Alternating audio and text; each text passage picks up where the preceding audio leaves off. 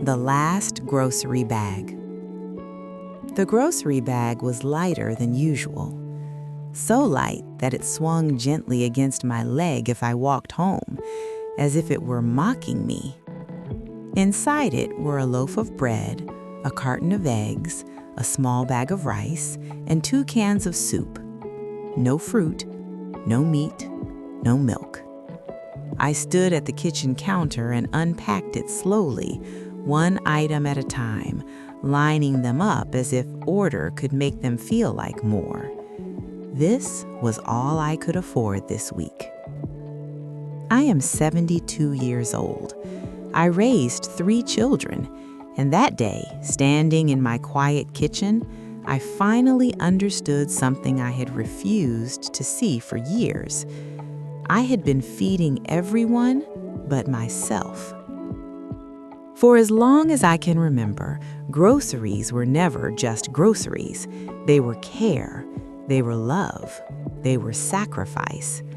When my children were small, I made sure the fridge was always full, even when my wallet wasn't. I learned how to stretch meals, how to water down milk, how to make soup from bones and hope. I told myself it was temporary, that one day things would be easier. They never were. Even after the children grew up and moved out, my grocery shopping never really changed. I still cooked too much, still bought what they liked, still kept snacks in the cabinet just in case one of them stopped by. And they did stop by, often, but never empty-handed in need of food, only in need of money. "Mom, can you help me out just this once? I'll pay you back, I promise. It's just until next month." Next month never came. What came instead were empty shelves, skipped meals, and excuses I made for them, and for myself. "I'm not that hungry today. I ate earlier. I'll eat later." Later became less and less. That morning, before buying the groceries, my daughter had called. "Mom, I'm short on rent," she said, not asking, just stating it. "I need $250 today." I looked at my purse. I knew exactly how much I had. I always knew. Years of living carefully teaches you that. If I gave her the money, I could still buy groceries, but barely. So I said yes, like I always did. At the store, I walked past the fruit, past the chicken, past the yogurt I liked but hadn't bought in months. I picked up the bread, the eggs, the rice. Cheap, filling, enough to survive. At the checkout, the cashier smiled and said, "That'll be $12.46. I felt embarrassed, not because it was little, but because it was all I had left. At home, I sat at the table with a single slice of toast and half a can of soup. The house was silent.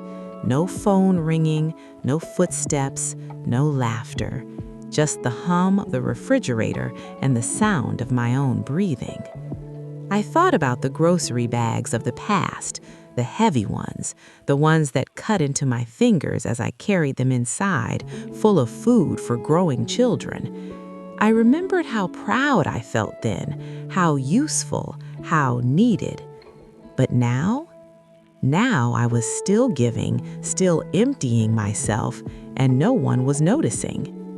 I opened my banking app. I stared at the numbers. Then I opened my phone gallery. Photos of my children smiling at restaurants, vacations, cocktails, plates of food more expensive than my entire grocery bill. I didn't feel angry. I felt tired. So tired. That night, my son texted, "Hey, Mom, any chance you could help me with groceries this week? Things are tight." I looked at the bread, the eggs, the rice. I looked at my last grocery bag, and something inside me finally broke. Not loudly, not dramatically, but cleanly, like a thread snapping after being pulled too long. I typed back, "I can't." 3 simple words, No explanation, no apology. The dots appeared, disappeared, appeared again. "Are you serious?" he replied. I set the phone down and didn't answer. The next morning, I went back to the grocery store. I walked slowly through every aisle.